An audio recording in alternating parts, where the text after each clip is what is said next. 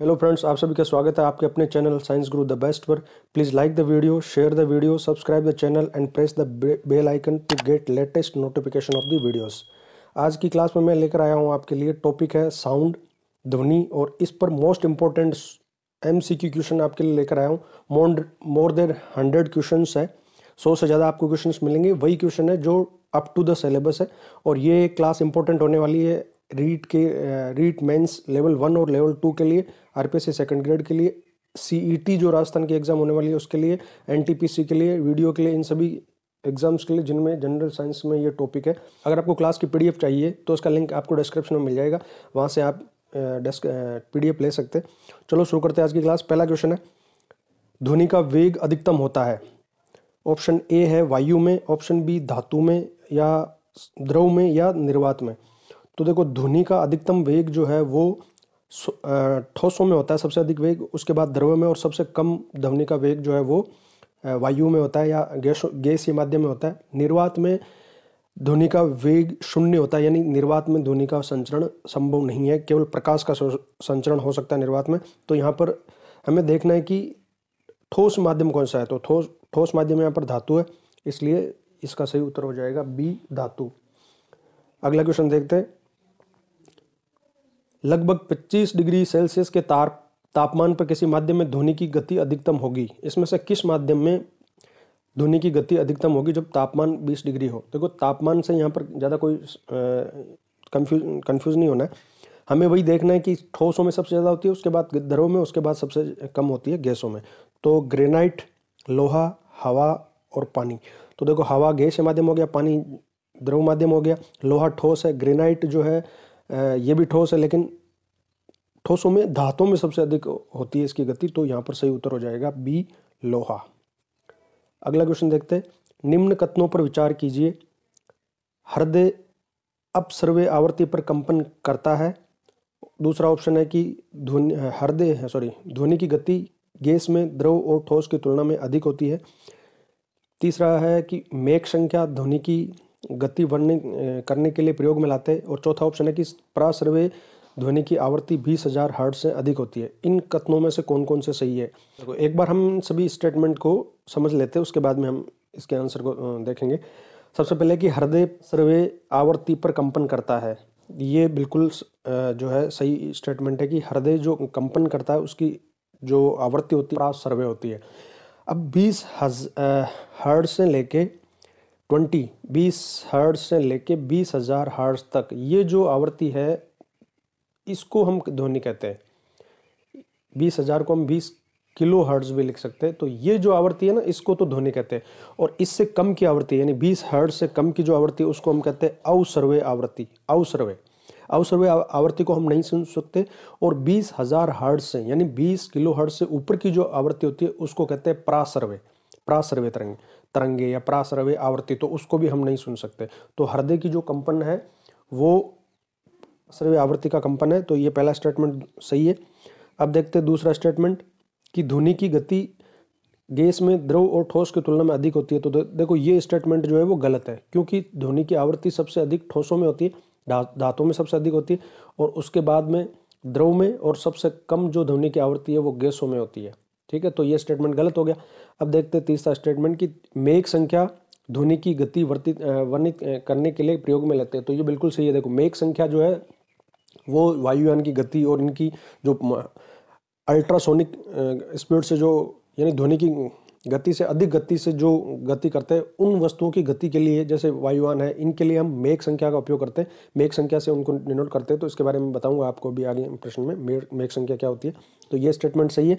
चौथा स्टेटमेंट है कि प्रासर्व्य ध्वनि की आवृत्ति 20,000 हर्ट्ज से अधिक होती है। तो ये बात भी बिल्कुल सही है। अवसर्व्य 20 हर्ट्ज से कम होती है और प्रासर्व्य 20,000 हर्ट्ज से अधिक होती है। तो इनमें से देखो, दूसरा स्टेटमेंट गलत है, बाकी सारे सही है। तो वह ऑप्शन जिसमें 1, 3 और 4 है, यानी ऑप्शन C यहाँ पर सही हो जाएगा। ध्वनि ऊर्जा को विद्युत ऊर्जा में परिवर्तित करने वाले यंत्र का क्या नाम है।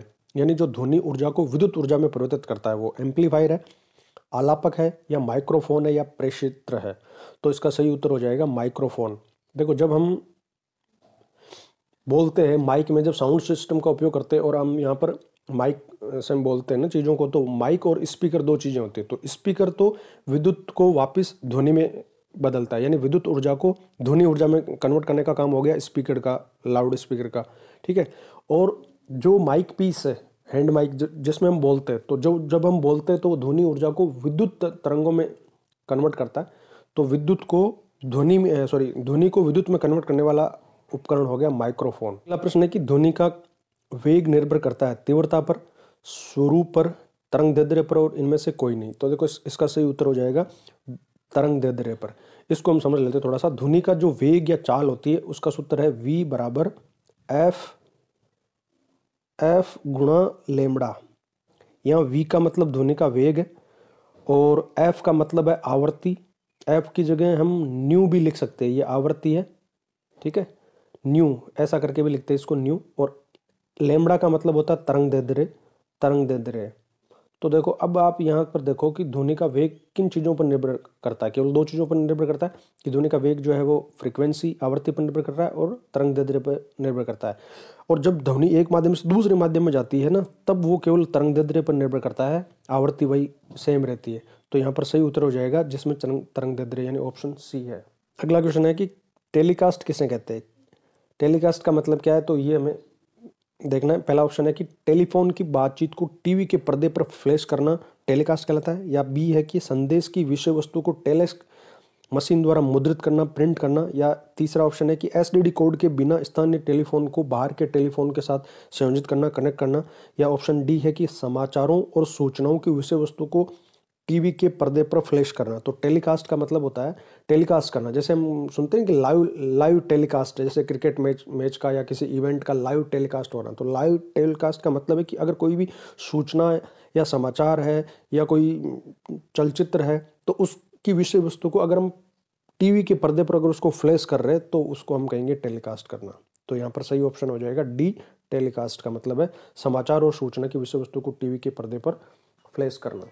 इको साउंडिंग एक तकनीक है जिसका प्रयोग, इको साउंडिंग, तो इको साउंडिंग का मतलब होता है कि जब ध्वनि किसी सतह से टकराती है, अगर कोई बड़ी क्षेत्रफल वाली कोई वस्तु है, जैसे पहाड़ी है या बड़ा हॉल है या कोई मॉन्यूमेंट या बड़ी ऊंची बिल्डिंग है, तो उससे जब ध्वनि टकराती है तो वो परावर्तित हो जाती है। तो ध्वनि का जो परावर्तन है, उससे जो परावर्तित ध्वनि उत्पन्न होती है उस ध्वनि को हम प्रतिध्वनि या इको साउंड कहते हैं। तो इको साउंड का प्रयोग है अलग अलग बहुत सारी जगह उसका प्रयोग किया जा सकता है। तो यहाँ पर इसका सही उत्तर क्या है वो हमें पता करना है कि सागर की गहराई को नापने के लिए प्रयोग कर सकते हैं, या ध्वनि तरंगों के विस्तार को मापने के लिए, या भूकंप की तरंगों को रिकॉर्ड करने के लिए, या वायुमंडल में वायु के घनत्व को रिकॉर्ड करने के लिए। तो देखो वायु का हाइड्रोमीटर से नापते ये वायु का घनत्व, तो ये सही नहीं है ऑप्शन। और भूकंप की तरंगों को रिकॉर्ड करने के लिए हम सिस्मोमीटर काम में लेते हैं, तो ये ऑप्शन भी सही नहीं है। और ध्वनि तरंगों के विस्तार के मापन के लिए भी हम इको साउंडिंग का प्रयोग नहीं करते, ये ऑप्शन सही है।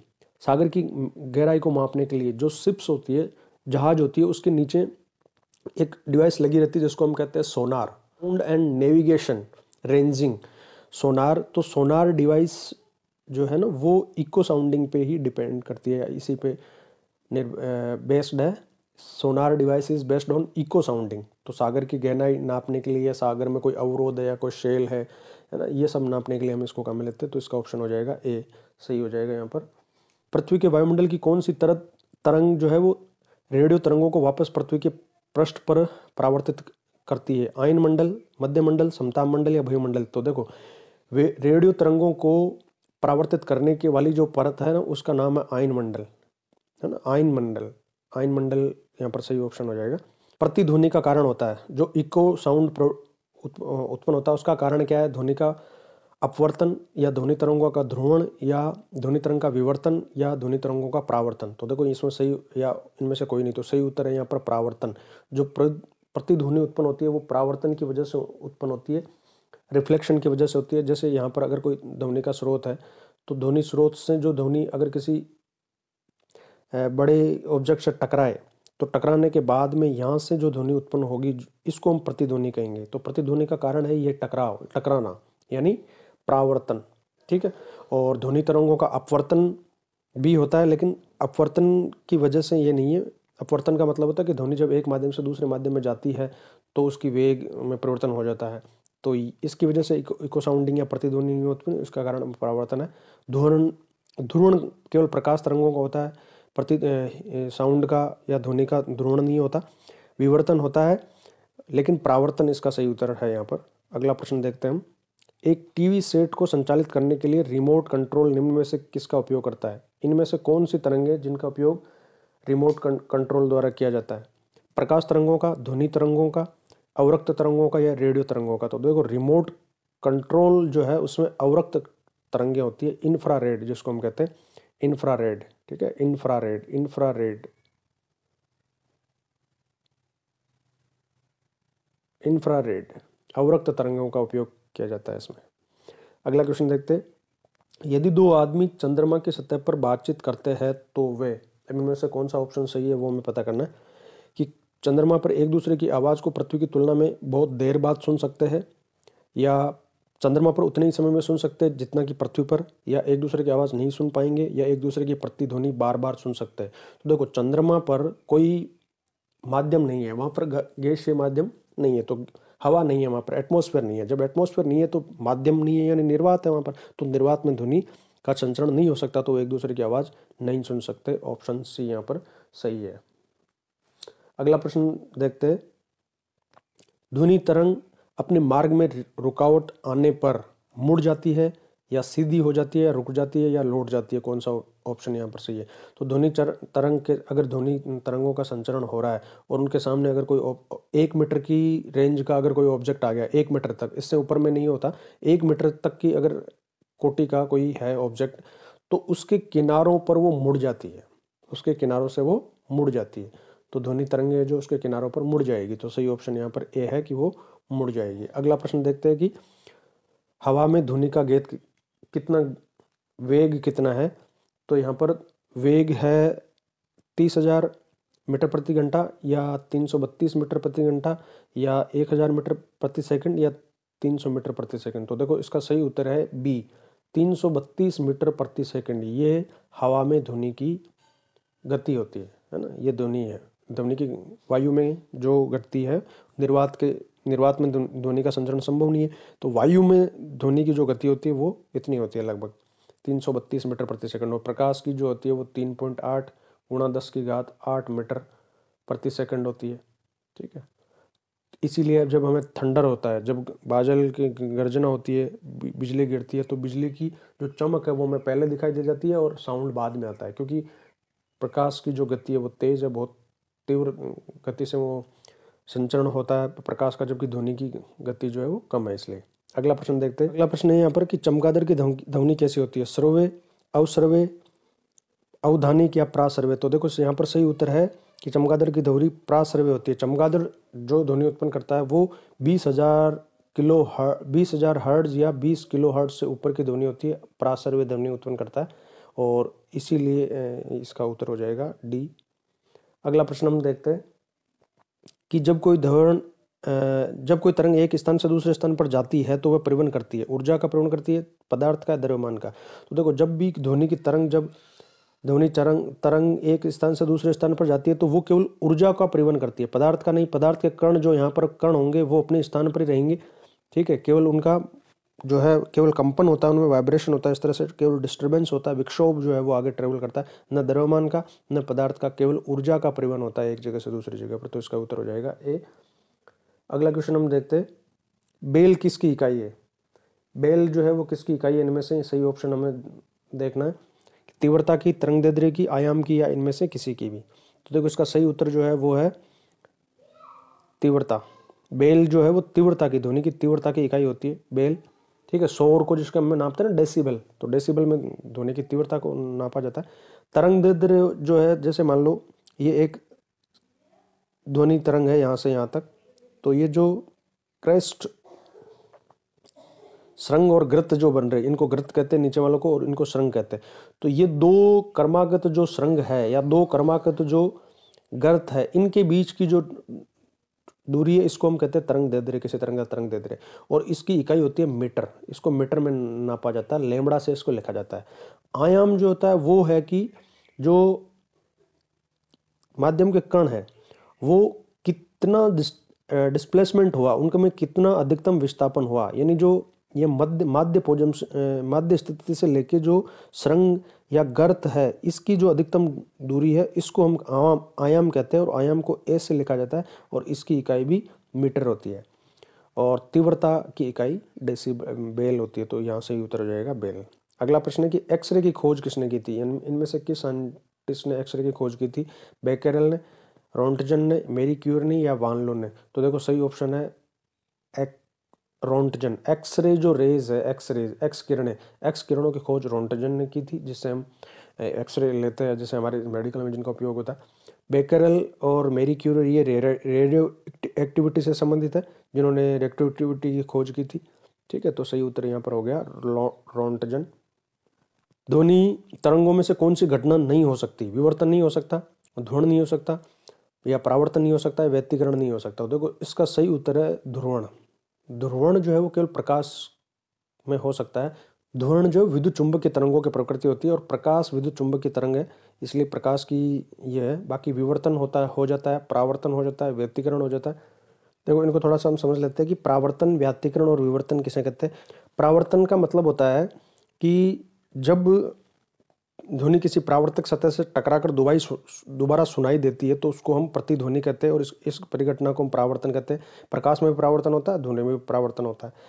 अब हम बात करते हैं विवर्तन और व्यतिकरण की। तो देखो व्यतिकरण का मतलब ये होता है कि जब दो समान आवर्ती और आयाम की दो ध्वनि तरंग ये एक साथ किसी बिंदु पर पहुंचती है। ध्यान से देखना कि आवर्ती, समान आवर्ती हो, समान ही उनका एम्पलीट्यूड यानी आयाम हो, और ऐसी दो ध्वनि तरंगे एक ही बिंदु पर जब पहुंचती है तो उस बिंदु पर ध्वनि ऊर्जा का पुनर्वितरण हो जाता है, रीडिस्ट्रीब्यूशन हो जाता है। इससे हम ध्वनि का व्यतिकरण कहते हैं। और जिन बिंदुओं पर तीव्रता अधिकतम होती है वहां पर संपोषी व्यतिकरण यानी कंस्ट्रक्टिव इंटरफेरेंस होता है, और जहां पर ध्वनि की न्यूनतम तीव्रता होती है वहां पर विनाशी व्यतिकरण यानी डिस्ट्रक्टिव इंटरफेरेंस होता है। अब हम बात करते हैं विवर्तन की। विवर्तन किसे कहते हैं? व्यतिकरण का मतलब होता है कि ध्वनि द्वारा लगभग 1 मीटर कोटि के किसी अवरोध के किनारों से मुड़कर आगे बढ़ जाने की घटना को ध्वनि का विवर्तन कहते हैं। कि अगर ध्वनि की तरंगों के बीच में अगर कोई अवरोध आ गया और उसकी कोटि 1 मीटर तक है, यानी वो उसकी लंबाई 1 मीटर तक है, तो वो उसके किनारों से मुड़कर आगे की तरफ बढ़ जाएगी। तो ये जो घटना है इसको हम कहते हैं विवर्तन। तो विवर्तन होता है, परावर्तन होता है, व्यतिकरण होता है, ध्रुवण नहीं होता। तो सही ऑप्शन यहाँ पर है बी। अगला क्वेश्चन देखते हैं, ध्वनि की चाल। देखो ध्वनि की चाल जो है वो अभी हमने पढ़ा कि वायु में ध्वनि की चाल जो है वो 332 मीटर प्रति सेकंड होती है। अगर हम इसको मील में लिखे तो कितना होगा? तो मील में आप याद रखना 760 मील प्रति घंटा, 760, ये इसका सही उत्तर है। कि जब हमें कोई ध्वनि सुनाई पड़ती है तो हम उसके स्रोत का अनुमान कैसे लगाते हैं? ध्वनि के आयाम से, या ध्वनि की तीव्रता से, या ध्वनि के तरंग दैर्ध्य से, या ध्वनि में उपस्थित अधिस्वर से। तो देखो इसका सही उत्तर है कि अगर कोई ध्वनि हमें सुनाई पड़ती है तो उसका स्रोत क्या है, कि वो किस चीज़ की ध्वनि है, किसी मनुष्य के बोलने की है, या किसी म्यूजिक इंस्ट्रूमेंट की है, या ट्रैफिक की है, किसकी है। तो वो हमेशा ध्वनि की तीव्रता से हमें पता चलता है कि जो ध्वनि है वो किसकी है। स्रोत का पता हमेशा ध्वनि की तीव्रता से चलता है। तो ऑप्शन बी यहाँ पर सही हो जाएगा। अगला प्रश्न देखते हैं। अगला है कि ध्वनि तरंगे है लंबवत या तिर्यक, या कभी तिर्यक कभी लंबवत, या कभी लंबवत कभी तिर्यक। तो देखो इसका सही उत्तर है लंबवत। ध्वनि तरंगे हमेशा लंबवत संचरण होता है इनका, लंबवत तरंगे हैं। देखो लंबवत तरंगे जैसे ध्वनि का संचरण होता है उसी में लगभग जो है माध्यम के जो कण है उनका भी उसी तरह से उनका डिस्टर्बेंस होता है। हालांकि अनुप्रस्थ तरंगे भी होती है, लेकिन यहाँ पर हम तिर्यक या तिरछी तरंगे नहीं कहेंगे इनको, क्योंकि लंबवती होती है, इस तरह से लंबवती गिरती है। ऐसे तिर्यक रूप से या इस तरह से तिर्यक नहीं होती। अगला प्रश्न है कि वह उपकरण जो ध्वनि तरंगों के पहचान और ऋजु रेखन के लिए प्रयोग किया जाता है तो वह क्या कहलाता है? यानी जो रिजोनेंस के लिए और ध्वनि तरंगों के पहचान करने के लिए काम में लिया जाता है तो वह उपकरण है रडार, सोनार, या पुकर, या इनमें से कोई नहीं। तो सही उपकरण देखो ध्वनि तरंगों के लिए सोनार डिवाइस काम में लेते हैं। साउंड एंड नेविगेशन रेंजिंग इसकी फुल फॉर्म होती है सोनार। जहाजों में काम में लिया जाता है ये। तो प्रतिध्वनि उत्पन्न करता है इको साउंड, और वो साउंड जो है नीचे पेंडे से टकरा के वापस आता है, या सामने किसी शिप आ रही है उससे टकरा के, या किसी शेल से, चट्टान से टकरा के काम है। तो ये लोकेशन में मदद करता है कि कोई पिंड है वो कितनी दूर है उस हमसे। तो यहाँ पर सही उत्तर हो जाएगा बी। अगला प्रश्न देखते हैं हम कि एमआरआई मशीनों में किसका उपयोग किया जाता है। जो एमआरआई मशीन्स होती है मेडिकल में जिनका काम करते हैं, जैसे ब्रेन की एमआरआई करने के लिए, शरीर में किसी जगह पर एमआरआई करने के लिए, तो वहाँ पर एक्स किरणें उपयोग करते हैं। एक्स किरणों का उपयोग तो एक्सरे में होता है, हमें पता है। और ध्वनि तरंगे हैं या पराश्रव्य तरंगे हैं या चुंबकीय तरंगे, तो देखो यहाँ पर हमेशा सही उत्तर होता है चुंबकीय तरंगे। एमआरआई में हमेशा चुंबकीय तरंगों का उपयोग किया जाता है।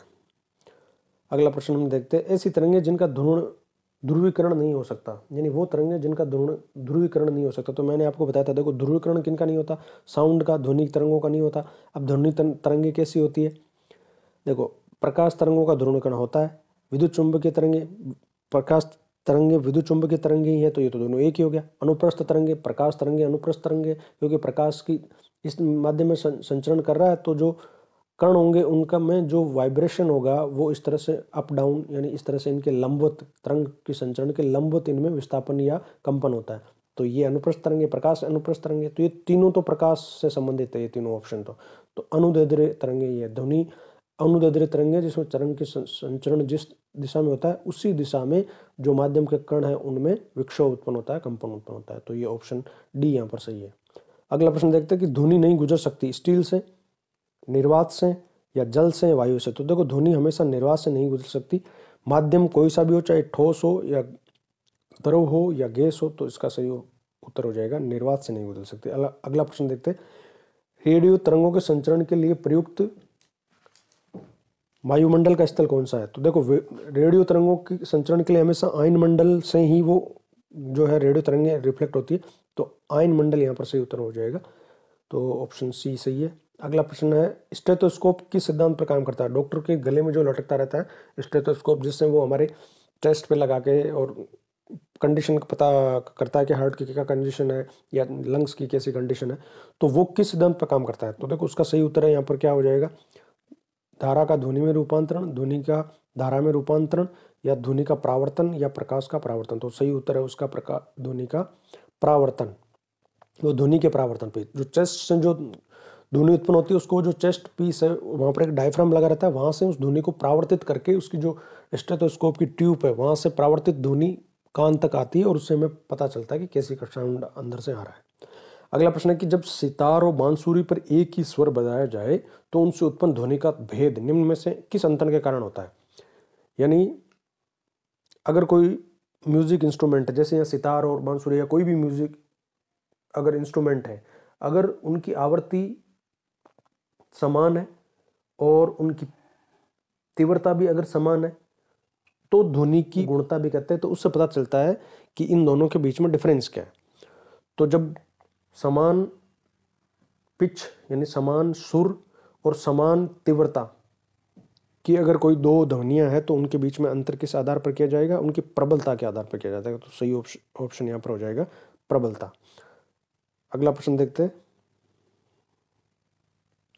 निम्न द्रव्यों में से ध्वनि सबसे तेज यात्रा करती है, किस में सबसे तेज ध्वनि का संचरण होगा। तो ध्वनि का सबसे तेज संचरण जो है ठोसों में होता है, ठोसों में भी सबसे अधिक धातुओं में, तो सही उत्तर यहाँ पर हो जाएगा स्टील। अगला प्रश्न करते हैं, शोर को किस में मापा जाता है। नॉइज को मापा जाता है वाट में, रैम में, सेंटीग्रेड में या डेसिबल में। तो सही उत्तर हो जाएगा डेसिबल में। शोर प्रदूषण हमेशा डेसिबल में मापा जाता है। वाट जो है वो विद्युत शक्ति का मात्रक है। रैम में स्टोरेज, कंप्यूटर स्टोरेज की मात्रक है। सेंटीग्रेड तापमान की इकाई है। अगला प्रश्न देखते हैं,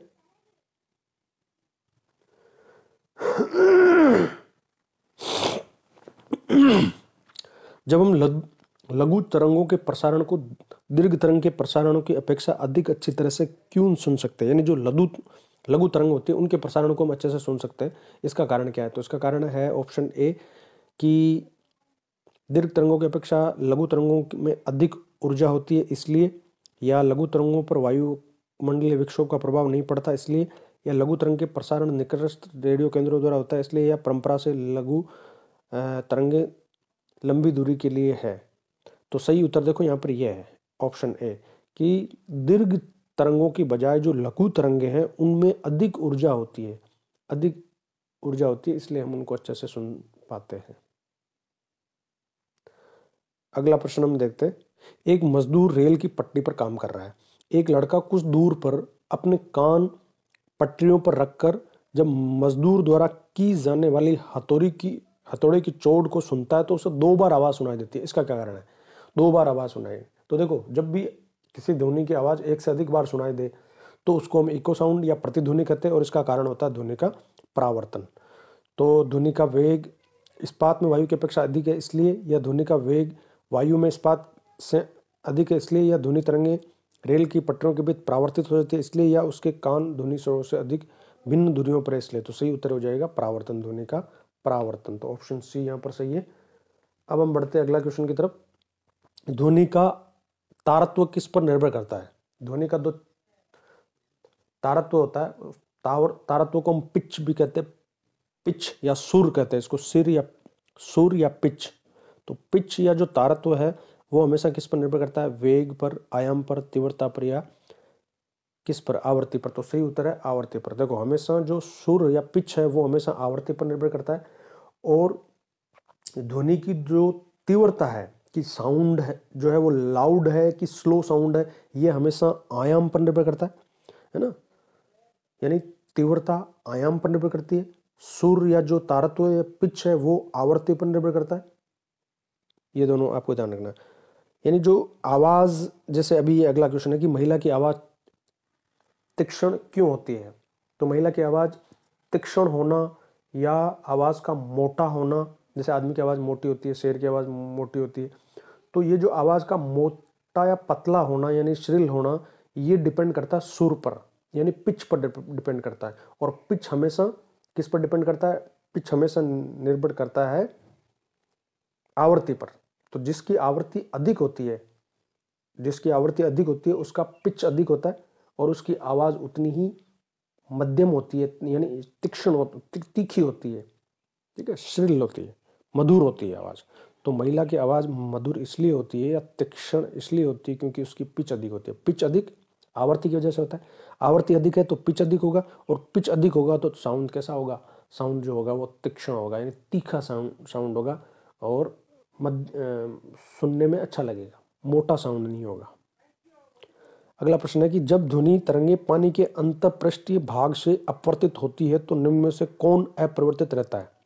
यानी ध्वनि का जब अपवर्तन होता है तो अपवर्तित एक माध्यम से दूसरे माध्यम में जब जाती है तो अपवर्तन के समय इनमें से कौन सी जो है क्वांटिटी है जो अपरिवर्तित रहेगी, ये हमें पता करना है। इसमें से तरंगदैर्ध्य, चाल, आयाम या आवृत्ति। तो देखो, चाल घट या बढ़ सकती है, और चाल जो होती है वो डिपेंड करती है आवृत्ति पर, और लैम्ब्डा तरंगदैर्ध्य पर। लेकिन मैंने आपको बताया कि एक माध्यम से दूसरे माध्यम में जाने पर लैम्ब्डा वही का वही रहता है, यानी तरंगदैर्ध्य उतना का उतना ही रहता है। तो इसका सही उत्तर तरंगदैर्ध्य रहेगा। आवृत्ति बदल जाएगी, चाल बदल जाएगी, और आयाम भी बदल सकता है, लेकिन तरंगदैर्ध्य हमेशा अपरिवर्तित रहता है। अगला प्रश्न है, निम्न में से किसकी ध्वनि का तारत्व पिच अधिक होगा? पिच अधिक किसका होगा इनमें से? तो देखो, पिच का मैंने आपको बताया था कि पिच या सुर जिसको हम कहते हैं, तारत्व कहते हैं, ये हमेशा आवृत्ति पर निर्भर करता है। अधिक आवृत्ति अधिक सुर, अधिक पिच, अधिक तारत्व है। और जितना अधिक तारत्व होगा उतनी ही जो आवाज है वो कैसी होगी? तीक्ष्ण होगी, तीखी आवाज होगी, यानी जो सुनने में ठीक लगेगी। इस तरह से कर्कश आवाज नहीं होगी, मोटी आवाज नहीं होगी। तो देखो, यहाँ ये पुरुषों की आवाज कर्कश है, शेर का धारण ये भी कर्कश आवाज है, मच्छरों की भिनभिनाली तीखी आवाज होती है, पी पी पी, इस तरह से हम सुनते हैं इसको। तो ये वाली आवाज जो है वो कैसी है? वो अधिक तारत्व की वजह से, अधिक आवृत्ति की वजह से है। तो ऑप्शन सी यहाँ पर सही है। अगला क्वेश्चन देखते हैं। अगला प्रश्न है कि एक तरंग की आवृत्ति 120 हर्ट्ज है, यदि तरंग की चाल 420 मीटर प्रति सेकंड हो तो उसकी तरंगदैर्ध्य कितनी होगी? 4 मीटर, 2 मीटर, 3 मीटर या 8 मीटर? सही उत्तर क्या है? तो देखो, यहाँ पर 3 चीजें हैं। एक तो है हर्ट्ज, ये आवृत्ति है, और आवृत्ति को हम या तो एफ से लिखते हैं या न्यू से लिखते हैं, ठीक है। और दूसरी है तरंग की चाल, चाल को हम वी से लिखते हैं, वी दे रखा है। और तीसरा है इसकी तरंगदैर्ध्य हमें पता करनी है। तो देखो, इन तीनों के बीच में संबंध क्या होता है? तो ध्वनि की चाल v बराबर एफ, यानी आवृत्ति गुणा लैम्ब्डा, यानी कि तरंगदैर्ध्य ये होता है। अब हमें यह तरंगदैर्ध्य निकालना है, तो तरंगदैर्ध्य का सूत्र क्या हो जाएगा? v बटा एफ, भाई v बटा एफ, ये हो गया तरंगदैर्ध्य लैम्ब्डा। अब v यानी वेग, वेग कितना दे रखा है 480 मीटर, तो हमने यहाँ पर लिख दिया 480 मीटर, 480 मीटर लिख दिया, ठीक है। बटा फ्रीक्वेंसी, फ्रीक्वेंसी कितनी है हर्ट्ज में, हर्ट्ज में होनी चाहिए ये, और ये मीटर प्रति सेकंड में होनी चाहिए, तो ये 120 है हर्ट्ज में। तो देखो 480 बटा 120 करो, 0 से 0 कैंसिल हो गया, 48 में 12 का भाग देंगे तो 4 बार, तो 4 उत्तर आ जाएगा 4 मीटर। तो सही ऑप्शन है ए, 4 मीटर। अगला प्रश्न देखते हैं कि एक्स किरण पाल नहीं कर सकती मानव अस्थि को, लकड़ी को, मांस को या त्वचा को। तो सही ऑप्शन है और उत्तर यहाँ पर हो जाएगा अस्थि को। तभी तो हड्डियों की इमेज लेने के लिए हम एक्सरे करते हैं, एक्सरेज को उपयोग करके एक्सरे निकाला जाता है, तो वो मानव की अस्थि को पार नहीं कर सकती, ये यहाँ पर सही उत्तर हो जाएगा। अगला प्रश्न देखते हैं कि सुपरसोनिक वायुओं की गति होती है, सुपरसोनिक जो वायुयान होते हैं उनकी गति कितनी होती है, ध्वनि की चाल के बराबर, ध्वनि की चाल से कम, ध्वनि की चाल से अधिक, या प्रकाश की चाल के बराबर। तो देखो सुपरसोनिक जो वायुयान होते हैं, ध्वनि की स्पीड से जो अधिक स्पीड है वो गति सुपरसोनिक गति कहलाती है, तो सही उत्तर हो जाएगा सी। अगला प्रश्न देखते हैं कि पानी के अंदर ध्वनि सुनने का जो यंत्र है उसको क्या कहते हैं। पानी के अंदर अगर हमें ध्वनि सुननी है तो उसके लिए कौन सा इंस्ट्रूमेंट काम में लेंगे, तो हाइड्रोफोन काम में लेंगे। हाइड्रो यानी पानी और सुनना यानी फोन, तो हाइड्रोफोन इसका सही उत्तर हो जाएगा बी। अगला वो है कि प्रासर्वे तरंगे क्या है। प्रासर्वे तरंगे क्या है, ये ऑप्शन ए है कि सर्वे आवृत्ति से निम्न आवृत्ति वाली तरंग है, या निर्वात में उत्पन्न ध्वनि तरंग है। तो देखो निर्वात में तो ध्वनि तरंग उत्पन्न ही नहीं होती। सर्वे प्रसार से उच्च आवृत्ति वाली ध्वनि तरंगे हैं, या तीनों में से कोई सही नहीं है। तो देखो जो ध्वनि प्रसार की जो रेंज है यानी 20 हर्ट्ज से 20,000 हर्ट्ज, ये जो है इसको ध्वनि कहते हैं। इससे कम यानी 20 हर्ट्ज से कम की जो आवृत्ति है उसको हम कहते हैं अवसर्वे, और 20,000 हर्ट्ज या 20 किलो हर्ट्ज से ऊपर की जो है उसको हम कहते हैं प्रासर्वे। तो प्रासर्वे तरंगे कौन सी है, ध्वनि प्रसार से उच्च आवृत्ति वाली तरंगे प्रासर्वे तरंगे कहलाती है। अगला प्रश्न देखते हैं, निम्न में से किसका उपयोग समुद्र की गहराई नापने के लिए, कोई मोटाई जानने के लिए, या हिमशैल की स्थिति या धातु में त्रुटि जानने के लिए प्रयोग किया जाता है। तो इन सब का एक्सरे, प्रासर्वे या गामा, सही उत्तर है प्रासर्वे तरंगे। जो 20,000 हर्ट्ज से ऊपर की जो ध्वनि है या जो तरंगे हैं जिनको हम प्रासर्वे तरंगे कहते हैं, उन प्रासर्वे यानी सुपरसोनिक अल्ट्रासाउंड जिनको हम कहते हैं अल्ट्रासाउंड रेज, अल्ट्रासाउंड, तो अल्ट्रासाउंड का प्रयोग करके ही हम समुद्र की गहराई नाप सकते हैं, कोई मोटाई नाप सकते हैं, या हिमशैल की कहीं कोई उसमें दरार तो नहीं है, अगर बड़ा सा कोई ब्लॉक है पत्थर का, उसमें धातु के अंदर कोई त्रुटि है, तो उसके लिए हम ये काम में लेते हैं। अगला प्रश्न है कि ध्वनि किस रूप में यात्रा करती है, अनुप्रस्थ तरंगों के रूप में, अनुदैर्ध्य तरंगों के रूप में, या स्थिर के रूप में, या अनुदैर्ध्य और अनुप्रस्थ तरंगों के रूप में। तो सही उत्तर है देखो ध्वनि अनुप्रस्थ और अनुदैर्ध्य दोनों तरंगों के रूप में यात्रा करती है। इससे पहले वाली वीडियो में सारी चीज़ें मैंने आपको बता रखी है, तो वहाँ से आप इसको, अगर आप कोई कन्फ्यूजन है तो वहाँ से आप देख सकते हो, वो वीडियो भी है इससे पहले वाला ध्वनि पर। अगला प्रश्न है कि स्वर की गुणात्मकता उच्चता के साथ घट जाती है, स्वर के रूप में सीधे बदल जाती है, विद्यमान अधिस्वर पर अधिक निर्भर करती है, या विस्तार के रूप में वर्तनों से बदल जाती है। तो इसका सही उत्तर है कि स्वर की जो गुणात्मकता है वो हमेशा विद्यमान अधिस्वर पर निर्भर करती है। अगला प्रश्न देखते हैं, ध्वनि के वेग पर प्रभाव नहीं पड़ता, ध्वनि का जो वेग है वेग पर प्रभाव नहीं पड़ता, ताप का, दाब का, माध्यम का, या आर्द्रता का। तो देखो यहाँ पर सही उत्तर है दाब का। ध्वनि के वेग पर अगर ताप स्थिर है तो दाब का कोई प्रभाव नहीं पड़ता, ताप का प्रभाव पड़ता है, ताप बढ़ने पर ध्वनि का वेग बढ़ जाता है। माध्यम का प्रभाव पड़ता है, जैसे हमें पता है कि ठोस में सबसे अधिक गति होती है। आर्द्रता का फर्क पड़ता है, अगर आर्द्रता अधिक है तो आर्द्रता अधिक होने की वजह से ध्वनि की चाल बढ़ जाती है। जैसे हमें देखते हैं कि ठंडे मौसम में, बारिश के दिनों में जब आर्द्रता अधिक होती है तो हमें दूर तक आवाज़ सुनाई देती है, जैसे ट्रेन की आवाज़, उसके हॉर्न की आवाज़ दूर तक जाती है। तो क्योंकि आर्द्रता अधिक होने से ध्वनि का जो घनत्व है वो घनत्व कम हो जाता है, माध्यम का घनत्व कम हो जाता है। अगला है कि ध्वनि की गति सबसे तेज अधिक होती है जल में, कांच में, वायु में, या गैलीय में। तो सबसे अधिक तेज ठोस में होती है, यहाँ पर ठोस कौन है, कांच, तो सही ऑप्शन हो जाएगा बी। अगला प्रश्न है कि शिकार परभक्षियों या बादों का पता लगाने के लिए चमगादड़ और डॉल्फिन किस घटना का उपयोग करते हैं। तो चमगादड़ और डॉल्फिन जो है वो ध्वनि का अपवर्तन करते हैं, विपंदों का बनना या प्रतिध्वनि निर्धारण या ध्वनि का प्रकीर्णन। तो सही उत्तर है यहाँ पर प्रतिध्वनि निर्धारण। यानी वो क्या करते हैं कि वो अल्ट्रासाउंड प्रोड्यूस करते हैं, 20,000 हर्ट्ज से ऊपर की ध्वनि उत्पन्न करते हैं। इसको इको साउंड या अल्ट्रासाउंड कहते हैं। अल्ट्रासाउंड टकराती है किसी ऑब्स्टेकल अवरोध से या किसी उनके शिकार से, जो कीड़े वीड़े उनसे टकरा के वापस आती है, उनको वो सेंस करते हैं, पता लगा लेते हैं कि हाँ भाई कहाँ पर वो वस्तु या वो ऑब्जेक्ट या जो कीड़ा है वो कहाँ पर स्थित है। तो ऑप्शन सी सही हो जाएगा। अगला है हर्ट्ज मात्रक किसका है? वेग का, आवर्ती का, गति का या तरंग की लंबाई का। तो देखो हर्ट्ज हमेशा आवर्ती का मात्रक है ना। आवर्ती को हम हर्ट्ज से लिखते हैं। इसका बड़ा मात्रक किलो हर्ट्ज होता है। 1 किलो हर्ट्ज में 1000 हर्ट्ज होते। तो ऑप्शन बी सही हो गया। अगला प्रश्न देखते हैं। स्पष्ट रूप से प्रतिध्वनि सुनने के लिए प्रावर्तिक सतह और सुनने वाले के मध्य कम से कम दूरी जो होनी चाहिए वह है। मान लो ये ध्वनि का स्रोत है, ठीक है, यहाँ से ध्वनि उत्पन्न हुई है, यहाँ से ध्वनि उत्पन्न हुई है और ये प्रावर्तक सतह है। ये ध्वनि यहाँ से यहाँ गई और यहाँ से ये श्रोता यहाँ पर है, ठीक है, श्रोता यहाँ पर खड़ा है। तो इस श्रोता तक ये सुनी जाएगी। यहाँ जो इससे टकराने के बाद जो ध्वनि उत्पन्न होगी वो प्रतिध्वनि होगी। तो प्रतिध्वनि को सुनने के लिए इस प्रावर्तक सतह और इस श्रोता के मध्य की न्यूनतम दूरी कितनी होनी चाहिए? तो देखो दूरी का हमें पता लगाना है। अब हमें पता है कि ध्वनि की जो चाल होती है, चाल हमें पता है कि चाल बराबर दूरी बटा समय, ये सूत्र होता है, चाल बराबर दूरी बटा समय। अब हमें दूरी निकालनी है तो दूरी का सूत्र क्या हो जाएगा? दूरी का सूत्र यहाँ से हो जाएगा चाल गुणा समय, ध्वनि की चाल गुणा समय। अब ध्वनि की चाल जो होती है वो हमें पता है 332 मीटर प्रति सेकंड होती है, गुणा समय। तो देखो हमारे मस्तिष्क में 1/10 सेकंड तक ध्वनि का सेंसेशन रहता है। 1/10 सेकंड तक, 1/10 सेकंड तक हमने कोई जो ध्वनि सुनी है वो 1/10 सेकंड तक हमारे ब्रेन में, हमारे माइंड में बनी रहेगी। तो अगली ध्वनि सुनने के लिए, स्पष्ट सुनने के लिए 1/10 सेकंड के बाद वो ध्वनि हमारे मस्तिष्क में पहुंचनी चाहिए।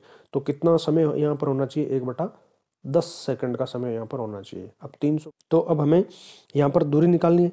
तो दूरी का सूत्र हो जाएगा चाल गुणा समय। अब हमें चाल का पता है 320 मीटर प्रति सेकंड, गुणा समय मैंने आपको बताया कि 1/10 सेकंड, क्योंकि 1/10 सेकंड तक वो हमारे ब्रेन में परसिस्ट करती है, यानी रुकी रहती है।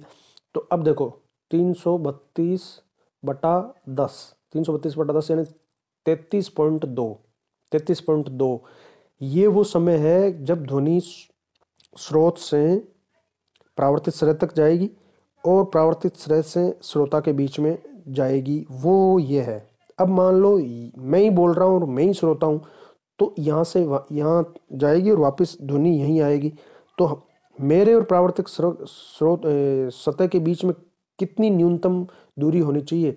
16.5, 33.2 का 16.5 हो गया, तो 16.5 मीटर कम से कम दूरी होनी चाहिए इस प्रावर्तक सतह और श्रोता के बीच में, ठीक है। तो ऑप्शन डी यहाँ पर सही हो जाएगा। अगला प्रश्न देखते हैं कि रात के समय आवासीय क्षेत्र में शोर का अनुमत कितना है। तो देखो आवासीय क्षेत्र में 45 डेसिबल शोर का अनुमत है, इससे ऊपर नहीं होना चाहिए। निम्न कथनों पर विचार करो। कम लंबाई की बांसुरी से निम्न आवृत्ति की तरंगें उत्पन्न होती है। और दूसरा है कि ध्वनि सेलों में से केवल अनुदैर्ध्य प्रत्यास्थ तरंगों के रूप में प्रगामी होती है। इनमें से कौन सा सही है? तो देखो इनमें से केवल स्टेटमेंट जो 2 है, यानी ऑप्शन बी यहाँ पर सही है। सेकंड स्टेटमेंट सही है। ये सही है कि ध्वनि सेलों में से केवल अनुदैर्ध्य प्रकाश तरंगों के रूप में प्रगामी होती है, संतरण होती है, अनुदैर्ध्य रूप से, इस तरह से, ठीक है, अनुदैर्ध्य रूप से, ये सही है। लेकिन ये गलत है कि कम लंबाई की बांसुरी से निम्न आवृत्ति की तरंगें उत्पन्न होती है। उल्टा होता है, अगर कम लंबाई की बांसुरी है तो उच्च आवृत्ति की तरंगें उत्पन्न होती है। अगला प्रश्न देखते हैं। म्यूजिक कंसर्ट के लिए हॉल की दीवारों को होना चाहिए। देखो म्यूजिक कंसर्ट के लिए अगर कोई बड़ा हॉल है तो वहाँ पर ध्वनि को बढ़ाने वाली दीवारें होनी चाहिए, या ध्वनि प्रसारित करने वाली, या ध्वनि को परावर्तित करने वाली, या ध्वनि को अवशोषण करने वाली। तो देखो म्यूजिक कंसर्ट या जो सिनेमा हॉल या बड़े बड़े हॉल होते हैं ना, वहाँ पर हमें डाइपर्स डालते या पर्दे लगा देते हैं, या वहाँ पर ध्वनि को अवशोषण करने वाले, क्योंकि वहाँ पर क्या होता है, बहुत ज़्यादा रिवर्बरेशन होता है, यानी बार बार ध्वनि जो रिफ्लेक्ट होकर कई बार ध्वनि सुनाई देती है। तो उसको जो परावर्तित ध्वनि है उसको अवशोषित करने के लिए उसका अवशोषक लगाए जाते हैं, तो ध्वनि का अवशोषण करना चाहिए। इस तरह की दीवारें म्यूजिक कंसर्ट्स और हॉल में होनी चाहिए। अगला प्रश्न है कि चमगादड़ अंधेरे में किस कारण से उड़ पाते हैं? वे अंधेरे में वस्तुओं को देख सकते हैं इसलिए, उनकी टांगें कमजोर होती है और भूमि पर परभक्षी उन पर आक्रमण कर सकते हैं इसलिए, रोशनी की कौंध उत्पन्न करते हैं इसलिए, या वे प्रासर्वे ध्वनि तरंगे उत्पन्न करते हैं। तो इसका सही उत्तर हो जाएगा डी। मैंने आपको पहले बता दिया कि प्रासर्वे तरंगे 20,000 हर्ट्ज से ऊपर की अल्ट्रासाउंड प्रोड्यूस करते, और उस जब वो अल्ट्रासाउंड किसी ऑब्स्टेकल से या उनके शिकार से टकरा के वापस उन तक आता है, तब वो उसका एनालिसिस करते हैं और इस तरह से वो अंधेरे में आराम से उड़ सकते हैं।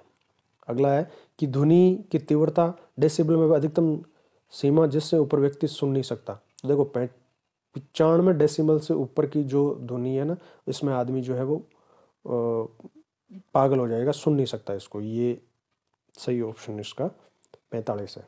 अगला प्रश्न है कि प्रतिध्वनि सुनाई देती है जब परावर्तक पृष्ठ का प्रतिध्वनि जो टकराने के बाद जो नई ध्वनि उत्पन्न हुई है, वो वाली जिसको हम इको साउंड कहते हैं, तो वो क्षेत्रफल अधिक हो तब, या आयतन कम हो, या क्षेत्रफल कम हो, या आयतन अधिक हो। तो सही उत्तर इसका है क्षेत्रफल अधिक है।